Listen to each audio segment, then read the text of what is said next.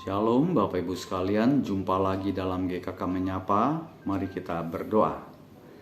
Berkatilah Bapa di surga firman Tuhan yang kami akan baca dan renungkan. Kami rindu mendapatkan berkat-Mu ya Tuhan melalui perenungan firman Tuhan ini. Dalam nama Yesus kami berdoa, amin. Saudara, renungan firman Tuhan berdasarkan Yohanes 20 ayat 15, 16, dan 18. Kata Yesus kepadanya, "Ibu, mengapa engkau menangis? Siapakah yang engkau cari?" Maria menyangka orang itu adalah penunggu taman, lalu berkata kepadanya, "Tuan, jikalau Tuan yang mengambil dia, katakanlah kepadaku, di mana Tuan meletakkan dia, supaya aku dapat mengambilnya." Kata Yesus kepadanya, "Maria." Maria berpaling dan berkata kepadanya dalam bahasa Ibrani, "Rabuni," artinya guru. Ayat 18. Maria Magdalena pergi dan berkata kepada murid-murid, "Aku telah melihat Tuhan," dan juga bahwa Dia yang mengatakan hal-hal itu kepadanya. Saya memberikan tema sesuai perikop yang LAI berikan. Yesus menampakkan diri kepada Maria Magdalena. Kita tahu bahwa Maria Magdalena,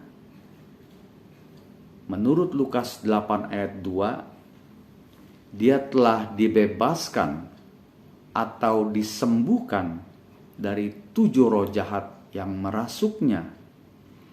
Kita tahu juga pada saat itu sistem patriarki, di mana sistem sosial yaitu pria ditempatkan sebagai pemegang kekuasaan utama. Jadi kaum wanita kelas 2 lah dianggapnya begitu ya. Apa-apa harus pria. Jadi nggak dianggap, dipandang sebelah mata. Tetapi mengapa Tuhan Yesus justru menampakkan diri kepada Maria Magdalena? Tentu tidak secara tiba-tiba begitu terjadinya, Bapak Ibu sekalian. Kalau kita melihat di dalam pasal 20 di bagian ayat pertama, di bagian awal kita melihat bahwa Maria Magdalena, dia sangat mengucap syukur tentunya telah dibebaskan dari 7 roh jahat. Dan dia tahu sistem itu pria yang nomor 1, bukan wanita. Tetapi kita membaca di pasal 20 bagian awal, dia pagi-pagi pergi ke kubur Yesus. Jadi ada ungkapan syukur, ucapan terima kasih kepadanya, kepada Tuhan Yesus. Sehingga Tuhan mau menampakkan diri kepadanya. Hari ini Bapak Ibu, saudara dan saya adalah orang-orang yang telah dibebaskan dari kuasa dosa kepada hidup yang kekal. Biarlah kita mengucap syukur kepada Tuhan dengan mencari Tuhan terlebih dahulu, prioritas dalam hidup kita.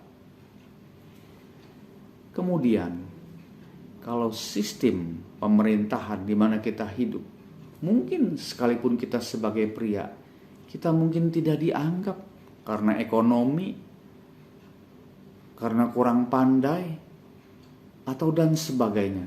Tetapi di dalam Tuhan sudah mempercayakan satu tugas yang mulia, pergi memberitakan kasih Tuhan.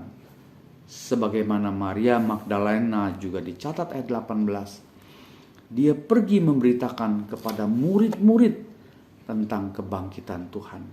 Mari Bapak Ibu sekalian, biarlah kita pakai hidup ini untuk memuliakan nama Tuhan di tengah keluarga, pekerjaan, usaha, dimanapun kita berada. Mari kita berdoa. Terima kasih untuk firman-Mu Tuhan. Biarlah kami menjadi seperti Maria Magdalena, karena kami dulu pun adalah orang-orang yang harus menerima hukuman kekal. Tetapi Tuhan sudah menebus kami, sehingga kami dibebaskan dan memperoleh hidup yang kekal.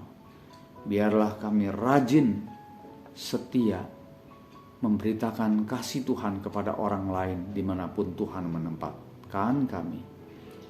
Tuhan menolong setiap jemaat yang di dalam persoalan, baik rumah tangga, keuangan, sakit penyakit, kesehatan, Tuhan menyembuhkan. Dengarkanlah doa kami Bapa, dalam nama Yesus kami berdoa. Amin. Tuhan memberkati.